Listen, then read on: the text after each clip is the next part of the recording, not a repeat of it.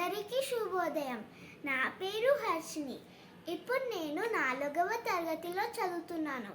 ఇప్పుడు నేను మీకు ఒక అక్బర్ బీర్బల్ కథ చెప్తున్నాను. ఈ కథ పేరు కాకుల లెక్క. బీర్బల్ అంటే అక్బర్కి చాలా అభిమానం.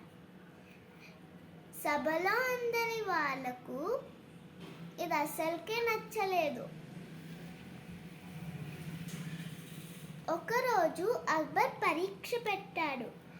ఎవరు ఆగ్రాపట్నంలో కాకుల లెక్క చెప్తే ఇంకా అది సరైనదైతే నేను వాళ్ళకి మంత్రి పదవి ఇస్తాను అన్నాడు.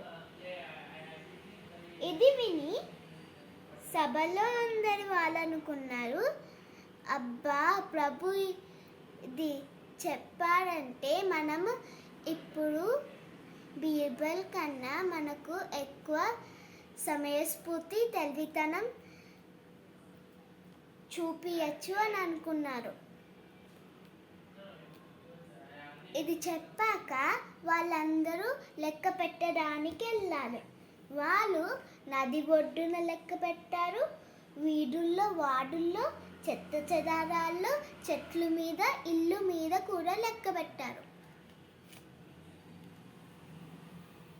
మరి బీర్బల్ ఇంట్లో విశ్రాంతి తీసుకుంటున్నారు. సభలో అందరి వాళ్ళు లెక్క పెట్టినప్పుడు ఊళ్ళో అందరి వాళ్ళు చూసి ముక్కు మీద వేలేసుకున్నారు. అమ్మో అన్నారు. మరి అక్బర్ చెప్పిన సమయం వచ్చింది. అక్బర్ అన్నాడు, మీరందరూ ఆగ్రాపట్నంలో సరైన కాకుల లెక్క దొరకపెట్టారా అన్నాడు అక్బర్. సభలో అందరి వాళ్ళు అన్నారు, లేదు ప్రభు, మాకు ఇంకా కొంచెం సమయం అవసరం అని అన్నారు.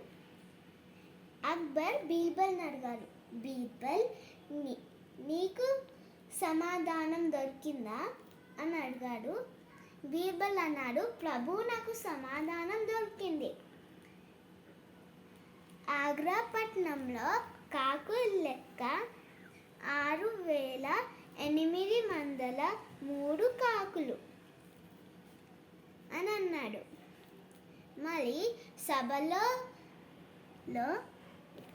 ఒక మనిషి అన్నాడు, ప్రభు నాకు 8000 కన్నా ఎక్కువ కాకులు వచ్చాయి. మరి ఇంకొక మనిషి అన్నాడు, ప్రభు నాకు 5000 కన్నా తక్కువ వచ్చాయి. ఇది విని అక్బర్ కోపంగా బీర్బల్ వైపు చూసి, బీర్బల్ దీనికి సమాధానం ఏంటి అని అడిగాడు కోపంగా. బీర్బల్ అన్నాడు, 1వ మనిషి లెక్క పెట్టినప్పుడు మన ఊరి కాకులు చుట్టాలు మన ఊరికి వచ్చాయి. 2వ వ్యక్తి లెక్క పెట్టినప్పుడు మన ఊరి కాకులు పక్కనూరికి వెళ్ళాయి. ఇది విని అక్బర్ గట్టిగా నవ్వాడు. తరువాత సభలో అందరి వాళ్ళు ఒప్పుకున్నారు, బీర్బల్కి వాళ్ళకన్నా ఎక్కువ సమయస్ఫూర్తి ఇంకా తెలివితనం ఎక్కువ ఉందని.